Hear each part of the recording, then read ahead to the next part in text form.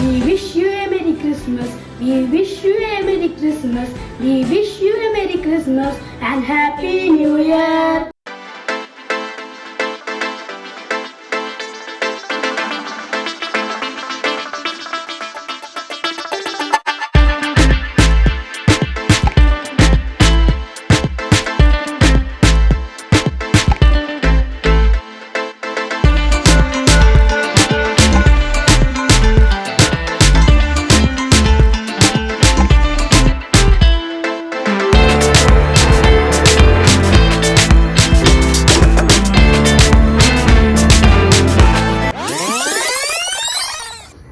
നിങ്ങളെന്താ ഇവിടെ പരിപാടി? നിങ്ങൾ എന്തെങ്ങനെ ഇരിക്കണേ?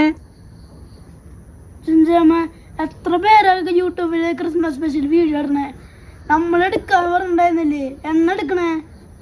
അപ്പൊ നമുക്കെന്നാ ഇന്ന് കേക്കിന്റെ വീഡിയോ ചെയ്താലോ? കേക്ക് വേണ്ട. പിന്നെന്താ ചെയ്യാ?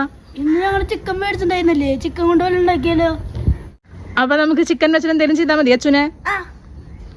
അപ്പൊ നമുക്കെന്നാ നോക്കിയാലോ എന്താ നീ ഉണ്ടാക്കാൻ പറ്റുക ചിക്കൻ വെച്ചിട്ട്. എന്നാ വാ പോവാം. Hello, welcome to Ruchiyidam. അപ്പൊ നമ്മൾ ഇന്ന് ക്രിസ്മസ് സ്പെഷ്യൽ എപ്പിസോഡാണ് വന്നിരിക്കണേ. അപ്പൊ നമ്മളിന്ന് എന്താ ഉണ്ടാക്കാൻ പോണേ? അപ്പൊ നമ്മളിന്ന് ഇറച്ചിച്ചോറാണ് ഉണ്ടാക്കുന്നത്. നമ്മൾ ഉണ്ടാക്കുന്നത് ചിക്കൻ വെച്ചിട്ടാണ്. ശരിക്കും ബീഫ് വെച്ചിട്ടാണ് റെസിപ്പി ചെയ്യാറുള്ളത്. അപ്പൊ ചിക്കൻ വെച്ചിട്ടും ഇത് ചെയ്യാം. അപ്പൊ നമുക്ക് ഒട്ടും സമയം കളയണ്ട. എങ്ങനെയാണ് നമ്മുടെ ക്രിസ്മസ് സ്പെഷ്യൽ ഇറച്ചിച്ചോറ് ഉണ്ടാക്കുന്നത് പോയി നോക്കാം. റെഡിയല്ലേ അച്ചു? റെഡിയല്ലേ? പോവാം. നമ്മുടെ ഇറച്ചിച്ചോറിന് ഞാൻ എടുത്തിരിക്കുന്നത് നമ്മുടെ ജീരകശാല അരിയാണ് കേട്ടോ. അതായത് വയനാടൻ കൈമ എന്നൊക്കെ പറയുന്ന അരിയാണ് എടുത്തിരിക്കുന്നത്. അപ്പൊ ഞാനിപ്പോ ഇത് ഒരു വലിയ ഗ്ലാസ്സിന് 4 ഗ്ലാസോളം അളവിലാണ് ഞാൻ എടുത്തിരിക്കുന്നത് ഈ അരി. ഇതിപ്പോ അളന്നതിന് ശേഷം നന്നായിട്ട് കഴുകിയിട്ട് ഒരു 20 മുതൽ 30 മിനിറ്റ് വരെ ഒന്ന് കുതിരാനിടണം കേട്ടോ. കുതിർന്നതിന് ശേഷമാണ് നമ്മൾ അരി യൂസ് ചെയ്യണത്. അപ്പൊ ഞാനതൊന്ന് വെള്ളം ഒഴിച്ചിട്ട് കുതിരാനിടട്ടെ. നമ്മള് ഇറച്ചിച്ചോറ് ഉണ്ടാക്കാൻ വേണ്ടി സ്റ്റാർട്ട് ചെയ്യാണ്. അപ്പോൾ ഞാനിപ്പോ ഇതില് ഒരു 4 ടേബിൾ സ്പൂണോളം നെയ്യ് ഒഴിച്ചിട്ടുണ്ട്. അപ്പൊ ഇത്രയും നെയ്യ് തന്നെ വേണ്ടെന്നുണ്ടെങ്കിൽ പകുതിയായിട്ട് എണ്ണയും നെയ്യും കൂടെ മാറി യൂസ് ചെയ്യാം കേട്ടോ. അപ്പൊ ആദ്യം ഞാനൊരു 4 ടേബിൾ സ്പൂണാണ് നെയ്യ് ഒഴിച്ചേക്കുന്നത്. കുറവ് തോന്നുവാണെങ്കിൽ നമുക്ക് സബോളയൊക്കെ വഴറ്റുന്ന സമയത്ത് കുറച്ചും കൂടി നെയ്യ് ആഡ് ചെയ്ത് കൊടുക്കാം. അപ്പോൾ ആദ്യം തന്നെ ഒരു 2 കഷ്ണം പട്ട ഇട്ട് കൊടുക്കുന്നുണ്ട്. ഒരു 4-5 ഏലക്കായ, കുറച്ച് കരയാമ്പൂ. പിന്നെ വേണ്ടത് 1 ടീസ്പൂൺ സാധാരണ ജീരകം, 1 ടീസ്പൂൺ പെരുംജീരകം. ഇപ്പൊ നിങ്ങളുടെ അടുത്ത് ഷാജീരകം ഉണ്ടെങ്കിൽ ആഡ് ചെയ്ത് കൊടുക്കാം. നല്ലൊരു ഫ്ലേവർ ആണ്. ഇപ്പൊ എൻ്റെ അതില്ല, അത് കാരണം ഞാനത് ആഡ് ആക്കുന്നില്ല. നന്നായിട്ടൊന്ന് മൂപ്പിച്ചെടുക്കുക. ഇത് ഏകദേശം ഒന്ന് പൊട്ടി വരുമ്പോൾ നമുക്ക് ഒരു 10 അല്ലി വെളുത്തുള്ളി, അതുപോലെ തന്നെ അതിന്റെ പകുതി, അതായത് ഒരു ചെറിയ കഷ്ണം ഇഞ്ചി, ഒരു 5-6 പച്ചമുളക്, ഇത് വെള്ളം ചേർക്കാണ്ട് ഒന്ന് അരച്ചെടുത്തിട്ടുള്ളതാണ്, അത് ആഡ് ചെയ്ത് കൊടുക്കാം. അപ്പൊ പച്ചമുളകിന്റെ അളവ് കുറയ്ക്കണമെന്നുണ്ടെങ്കിൽ കുറയ്ക്കാം. പക്ഷെ ഇത് കുറച്ച് എരിവ് കൂടിയ ഒരു റെസിപ്പിയാണ് കേട്ടോ. നല്ല ടേസ്റ്റ് ഉണ്ടാവുള്ളൂ. ഇതിന്റെ പച്ചമണം മാറണ വരെ നന്നായി ഒന്ന് മിക്സ് ചെയ്ത് കൊടുക്കാം. ഒരു 1 മിനിറ്റ് ഒന്ന് മിക്സ് ചെയ്ത് കൊടുത്താൽ മതിയാവും. ഒരു 3 വലിയ സബോള അരിഞ്ഞത് ചേർത്ത് കൊടുക്കാം.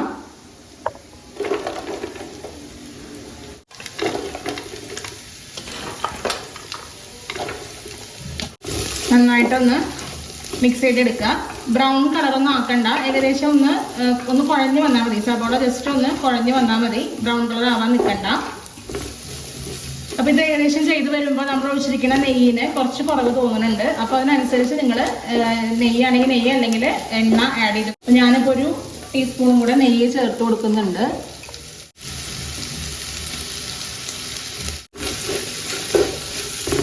കുറച്ച് ഫ്രഷ് കറിവേപ്പില ചേർത്ത് കൊടുക്കുക. കറിവേപ്പില കുറച്ചും കൂടി അധികം ഇടണമെങ്കിൽ ഇടാം. ഞാൻ പക്ഷെ ഇത്ര ഇട്ടിട്ടുള്ളൂ. ഓരോരുത്തരുടെ ഇഷ്ടത്തിനനുസരിച്ചിട്ട് എത്ര വേണമെങ്കിലും ആഡ് ചെയ്യാം കേട്ടോ. അപ്പോൾ നമുക്കിനി സബോള ഏകദേശം ഒന്ന് മൂത്ത് വരുമ്പോഴേക്കും നമുക്ക് ചിക്കൻ ആഡ് ചെയ്ത് കൊടുക്കണം. അപ്പോൾ ഞാനിപ്പോൾ ചിക്കനിലേക്ക് കുറച്ച് മുളക് പൊടിയും മഞ്ഞൾപ്പൊടിയും അതുപോലെ തന്നെ മല്ലിപ്പൊടിയും കൂടെ ഉപ്പും കൂടെ ചേർത്തിട്ടാണ് മാരിനേറ്റ് ചെയ്ത് വെച്ചേക്കുന്നത്. അപ്പൊ ഇത് ചെയ്യണമെന്ന് ഒരു നിർബന്ധമില്ല. അപ്പൊ എനിക്ക് എന്താ വെള്ള കളറിലെ ചിക്കൻ ഇങ്ങനെ ഇതാകുമ്പോൾ ഒരു കാണാൻ ഒരു ഭംഗി ഉണ്ടാവില്ല. അത് കാരണം ഞാൻ കുറച്ച് മാരിനേഷനിൽ ചെയ്ത് വെച്ചിട്ടുള്ളതാണ്. അപ്പൊ നിങ്ങൾക്ക് ഇതിന് പകരം കഴുകി വൃത്തിയാക്കിയ ചിക്കൻ ഇപ്പൊ തന്നെ ആഡ് ചെയ്ത് കൊടുത്താലും കുഴപ്പമൊന്നുമില്ല. മാരിനേഷൻ ചെയ്തിടുകയാണെങ്കിൽ ജസ്റ്റ് ഒരു കളർ കിട്ടാൻ വേണ്ടിയിട്ടാണ് ഇത് ചെയ്തേക്കുന്നത് കേട്ടോ. അപ്പൊ ഈ സ്റ്റെപ്പ് അത്ര ഇമ്പോർട്ടന്റ് അല്ല.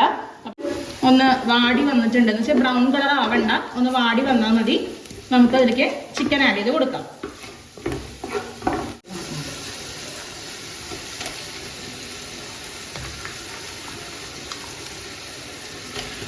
മിക്സ് ചെയ്ത് കൊടുക്കുക.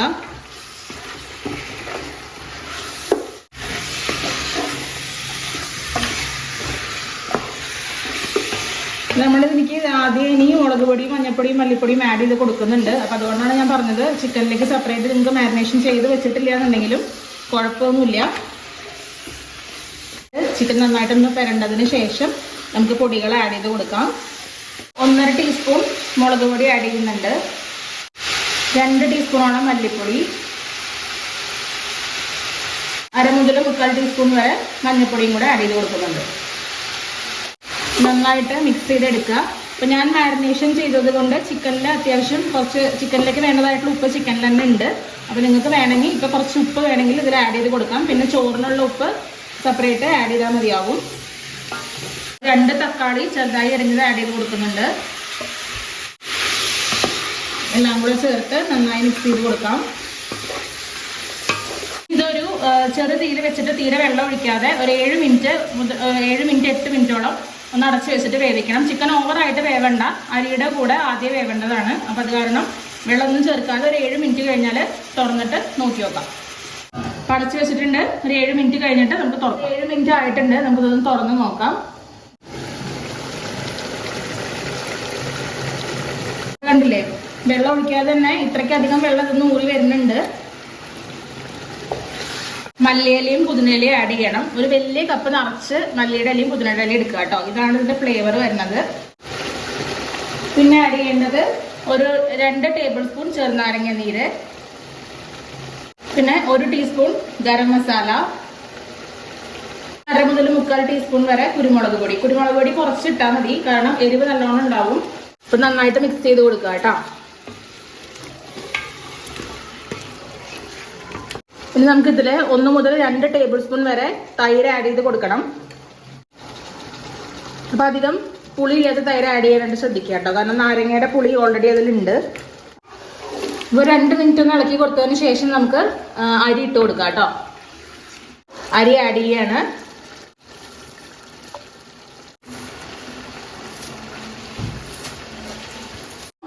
ഇതിൽ നമ്മൾ 1 ഗ്ലാസ് അരിക്ക് 1.25 ഗ്ലാസ് വെള്ളം എന്നുള്ള അളവിലാണ് ഇപ്പോൾ വെള്ളം നമ്മൾ ആഡ് ചെയ്യേണ്ടത്. ഒഴിക്കുന്ന വെള്ളം തിളപ്പിച്ച വെള്ളമായിട്ട് പ്രത്യേകം ശ്രദ്ധിക്കുക കേട്ടോ. ഒന്ന് മിക്സ് ചെയ്ത് കൊടുക്കുക കേട്ടോ. അപ്പൊ നിങ്ങൾ അളന്നൊഴിക്കുന്ന സമയത്ത് ഒരു 1.5 ഗ്ലാസ് വെള്ളം കുറവിൽ ഒഴിച്ചാൽ മതി. കുറച്ചും കൂടി എളുപ്പത്തിൽ മനസ്സിലാവാനാണെങ്കിൽ നമ്മൾ അരിയുടെ മുകളിലേക്ക് കുറച്ച് മുകളിലേക്ക് വെള്ളം നിൽക്കുന്ന രീതിയിൽ ആക്കുക. അതാവുമ്പോൾ കറക്റ്റ് അളവിൽ വെള്ളമായി വരും. വെള്ളം കുറേശ്ശെ ഒഴിച്ച് അരിയുടെ മുകളിലേക്ക് നിൽക്കുന്നുണ്ടോ നോക്കുക. അതിനുശേഷം മാത്രം വെള്ളം ഒഴിക്കുന്നത് സ്റ്റോപ്പ് ചെയ്യുക കേട്ടോ. ഇപ്പൊ കണ്ടില്ലേ, നമ്മൾ ഇട്ടിരിക്കുന്ന അരിയുടെ മുകളിലേക്കായിട്ടാണ് വെള്ളം വന്ന് നിൽക്കുന്നത്. ഇനി നന്നായി തിളച്ചതിന് ശേഷം നമുക്ക് ഒരു 7 മിനിറ്റ് അടച്ചു വെച്ചിട്ട് വേവിക്കണം. നമുക്കിനി പാകത്തിനുള്ള ഉപ്പ് ആഡ് ചെയ്ത് കൊടുക്കാം.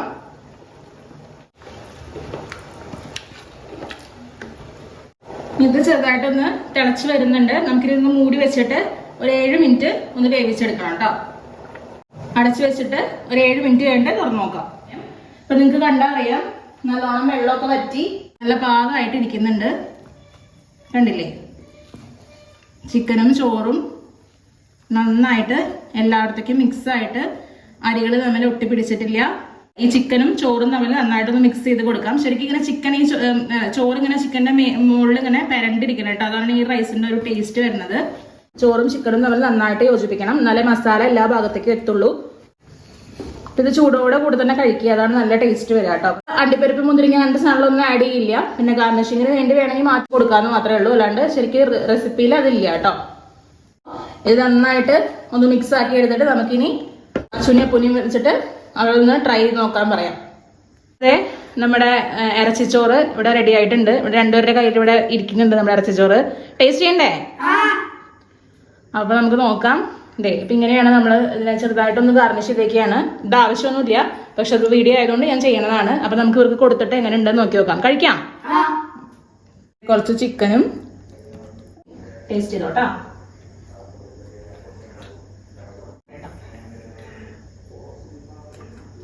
കഴിച്ചിട്ട് പറയൂ, ബിരിയാണിയാണോ ഇതാണോ നല്ലത്? ഇഷ്ടായില്ലേ?